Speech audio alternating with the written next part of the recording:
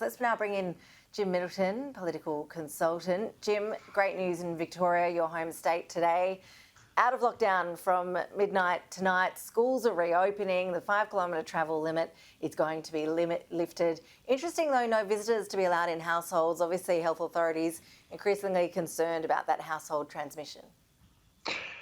Good afternoon to you, Ash. Yes, indeed.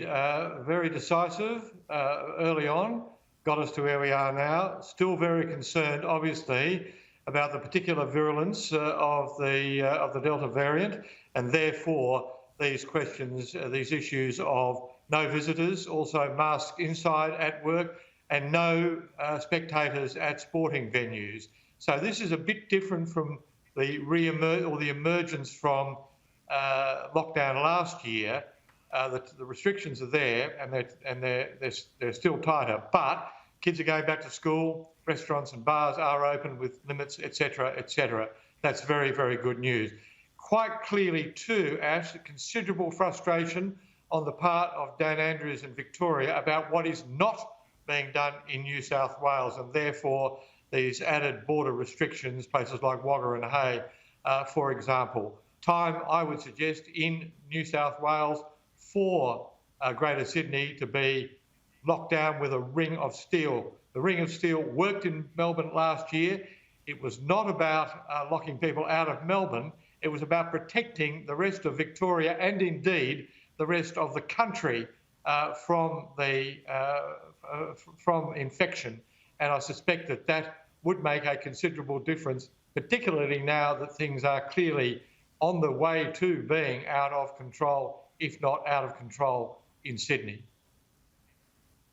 Yeah, I think you're right, Jim, and it's interesting to see figures like Dan Andrews in Victoria, like Mark McGowan in WA. I think for the first few weeks they were trying to hold their tongues on telling Sydney what to do. I don't think anyone wants to be that, carping premier from the outside instructing another state on how to run their business, but they've obviously got to the point where they're so frustrated at what's going on in Sydney and the impact it could have on the rest of the country that they are really starting to lay down what they think New South Wales should do. And I think that frustration is growing within New South Wales as well, with that record number of cases today and also the record number of people who are infectious within the community, which is the real problem for New South Wales, as it also continues to see a spike in those number of mystery cases that just aren't linked, suggesting there is this virus circulating in the community that hasn't been picked up in some areas.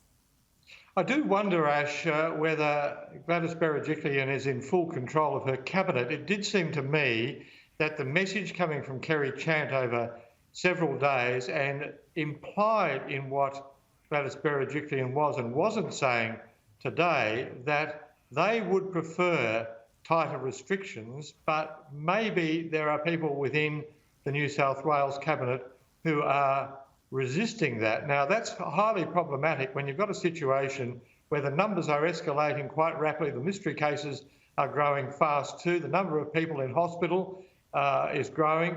And now, too, you've got this situation in the Campsie Mall over an 11-day period where thousands and thousands of shoppers are likely going to have to self-isolate for 14 days. And you wonder how many more mystery cases there are going to be simply as a consequence of that. In Victoria last year, and look, I readily concede it was with a less infectious variant, the Alpha variant, than what we're seeing in Sydney at the moment. But there was value in Victoria last year in the curfew. It was not just the fact of the curfew, but the message it sent. It was also the same with the very early requirement in Victoria for there to be masks in the street and on public transport. That was not just a health measure, it was also a public relations message, if you like. So those sorts of things do have, or did appear to have, an effect here last year, and they may well do the same this year. Although I do worry, after the demonstrations that we saw both in Sydney and Melbourne, whether any messaging will now work on a section of the community which feels such resentment about what has been imposed on them already, that whether you're actually going to see that kind of insurgent behaviour and that means that actually bringing it under control is going to be extremely difficult in Sydney indeed. Jim, I feel like it's a bit of a broken record when it comes to what the federal government can do in this space. I mean, almost daily we're seeing more and more pressure being heaped on the federal government to do more, to implement a JobKeeper style scheme, to step up the federal support when it comes to people who are in lockdown now and have been for some weeks, and as we all know, that time frame is indefinite when it comes to New South Wales. We've seen the Business Council of Australia today throwing their voice in the mix, business groups increasingly, really pressuring the Treasurer in particular, saying the time has come, you need to do something here. Look, I think the pressure is becoming close to irresistible when you're getting the BCA, and also small business representatives, a very important part of the Coalition's constituency, really worried, extremely worried now when you've got the biggest state economy in the country in lockdown, in paralysis, and likely to be so for something like a month or another month or 6 weeks, maybe at worst even more.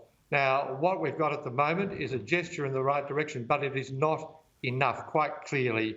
Businesses are really going to go under, and if there are not further steps taken to assist more people more generously, then the re-emergence from this lockdown in the biggest state in the nation, the recovery from that is going to be slower.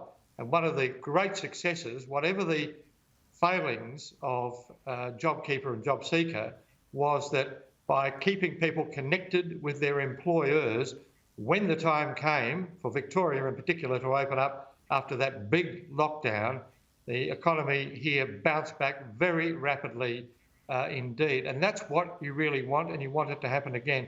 I think it's going to be impossible for the Morrison government to resist the pressure that is coming on them not to do more, if only, for example, for those people who are getting government benefits but are doing work as well, who are currently excluded from the arrangements.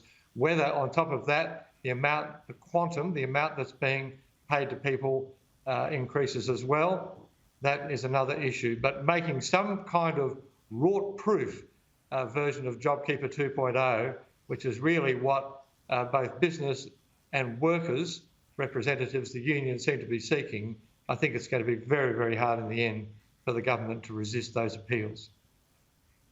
We'll be watching that space very closely. Jim Middleton, appreciate your analysis as always. Thank you. My pleasure as always, Ash.